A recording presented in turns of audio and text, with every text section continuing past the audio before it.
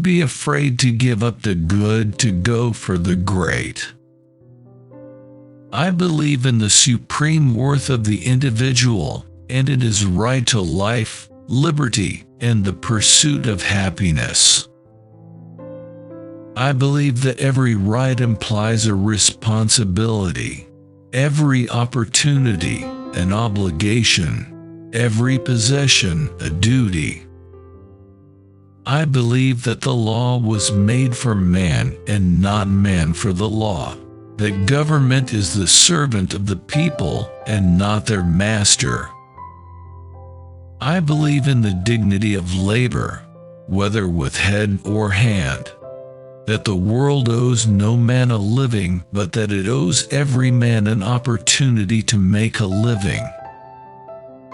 I believe that thrift is essential to well-ordered living, and that economy is a prime requisite of a sound financial structure, whether in government, business, or personal affairs. I believe that truth and justice are fundamental to an enduring social order. I believe in the sacredness of a promise, that a man's word should be as good as his bond, that character, not wealth or power or position, is of supreme worth.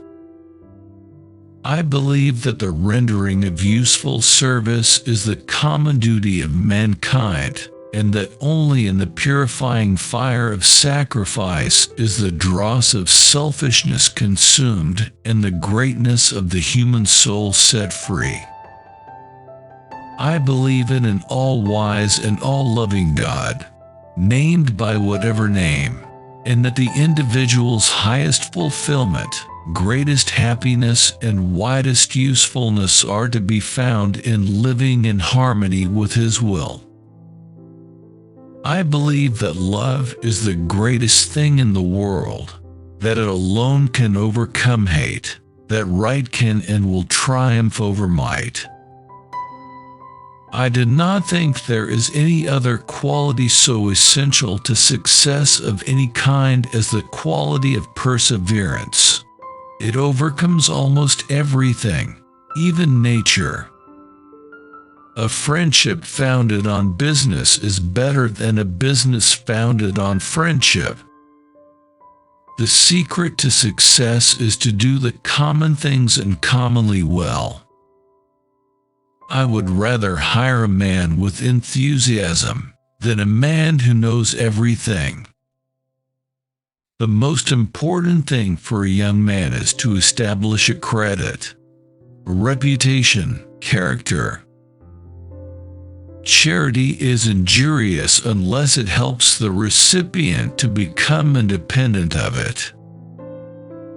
The ability to deal with people is as purchasable a commodity as sugar or coffee, and I will pay more for that ability.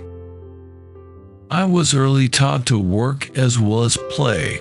My life has been one long, happy holiday. Full of work and full of play, I dropped the worry on the way, and God was good to me every day. Next to doing the right thing, the most important thing is to let people know you are doing the right thing. I believe that every right implies a responsibility, every opportunity an obligation, every possession a duty. If you want to succeed, you should strike out on new paths, rather than travel the worn paths of accepted success.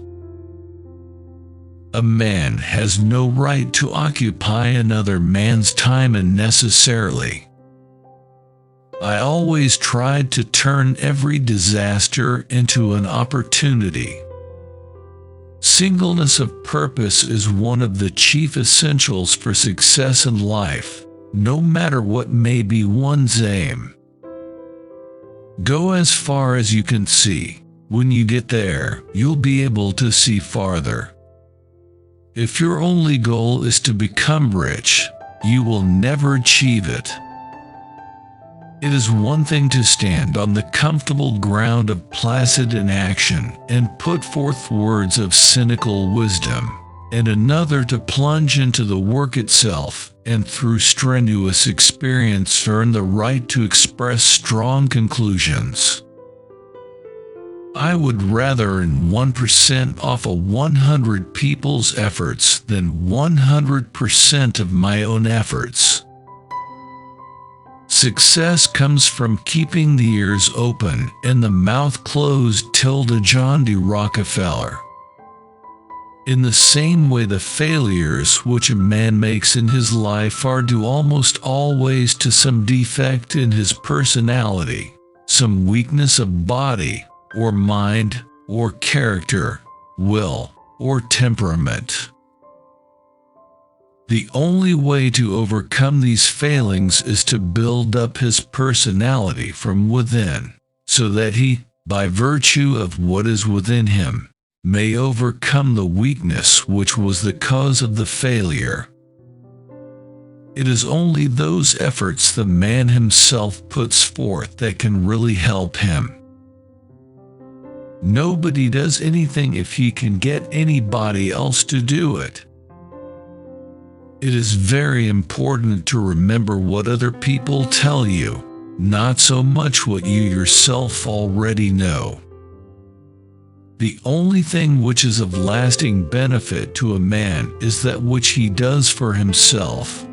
Money which comes to him without effort on his part is seldom a benefit and often a curse. I always tried to turn every disaster into an opportunity.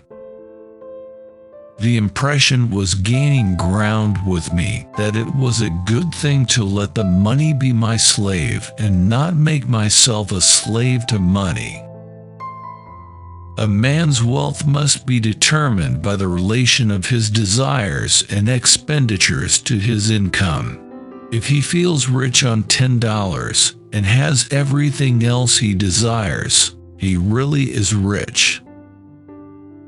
I had a horror of the danger of arrogance. What a pitiful thing it is when a man lets a little temporary success spoil him, warp his judgment, and he forgets what he is.